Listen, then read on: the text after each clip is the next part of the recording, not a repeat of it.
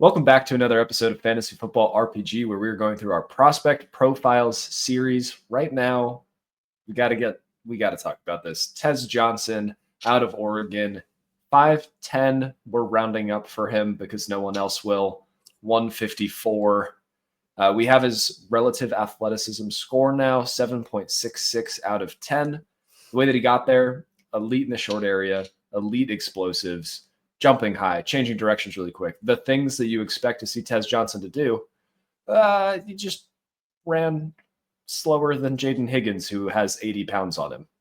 So, Evan, what do the spreadsheets say about Tez Johnson out of Oregon? All right. So Tez Johnson, he did not play a full slate of games this year. Only was able to log 10 games Why was that? in the regular season. Why was that? Well, because he's tiny and he gets injured. No notes. Continue. All right. Out wide, he had 87 snaps this past season, 361 in the slot. That's been characteristic throughout his entire college career. You're looking at 80 targets, 66 receptions for 685 yards. But the magic of Tez was 465 yards after the catch. Yep. I don't know what that percentage is right offhand, Mike, but it's pretty high. 66. Okay. All right. 66-ish. Then we have an ADOT of an embarrassing 5.2, Yep. A yards per route run of 2.55. And then that's very good. That's it's not too shabby, 2.55, but 5.2 ADOT. Woof. You look where he did a lot of his damage. It was pretty spread out, honestly, throughout all of the different categories. Behind the line of scrimmage, so receiving the ball behind the line of scrimmage, he was able to make 170 yards off of that, 224 in the short area game, 0 to 9 yard reception there, 10 to 19, 164, and then tailed off on the deep at 127 on the 20-plus yard connections. So what does that tell you, Mike? It tells me that he's going to get a lot of short area work, and being that small, let's sure hope that it's short area work going towards the outside and not going towards the linebacker. Yeah. Listen, I want to bet on Tez Johnson. Every fiber of my being wants to be in on Tez. But before I get into the film, I just have to talk about this. This would be the outlier of all outliers. Tank Dell was already wildly undersized, and we saw what happened there. I'm not trying to draw a one-to-one conclusion and say Tez is going to break his leg blocking on the goal line, because maybe teams learn their lesson. Tank Dell has 11 pounds on Tez Johnson. One of the go-to memes for small receivers makes Tez look small.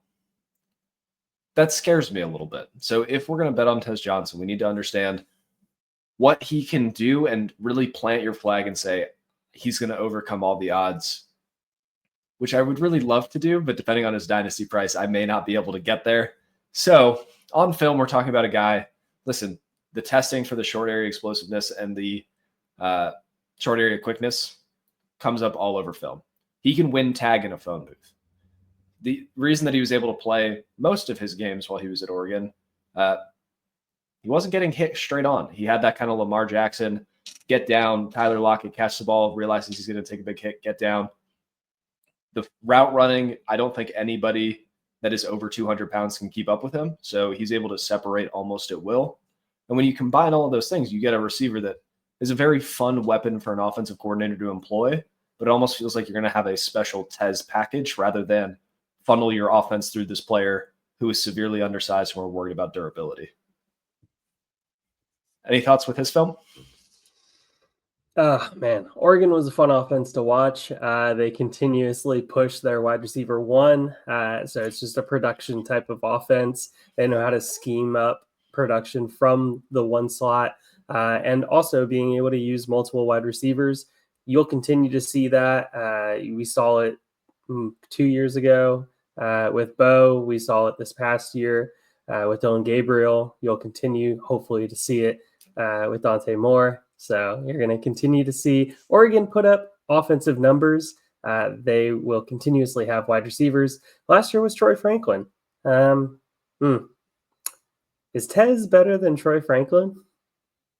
I vote yes. Hmm. Knowing what we know now, I think pre-draft, a lot of people had Troy Franklin as a much higher prospect. I fell victim to that too. I thought his long speed, his ability to decelerate, some of those things, his ball tracking were good enough that he could be in the top 6 to 7 of the class. And then he went day 3 to the Broncos, and we were like, well, he's dead. So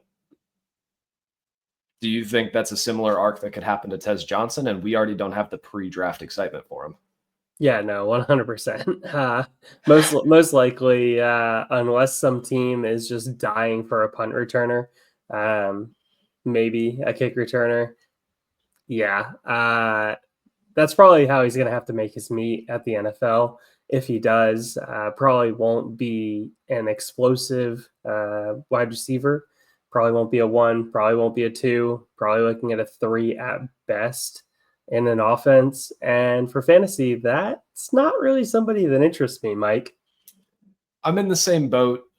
You talked about where he could end up going, somebody that really needs a punt returner, somebody that really needs a wide receiver 3 that could also return punts. So 3 that we talked about before the show: Denver Broncos reunite with Bo Nix. Jacksonville Jaguars, we don't know what's going on with Devin Duvernay there. Carolina Panthers, they just need bodies somewhere.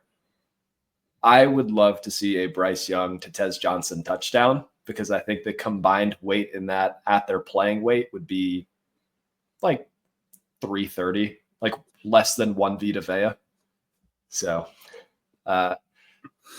sounds like we don't need to talk about Dynasty Bryce, because where he's at right now, he's going to start falling. But let's talk about projecting forward. Let's say he goes day 3 to one of those places.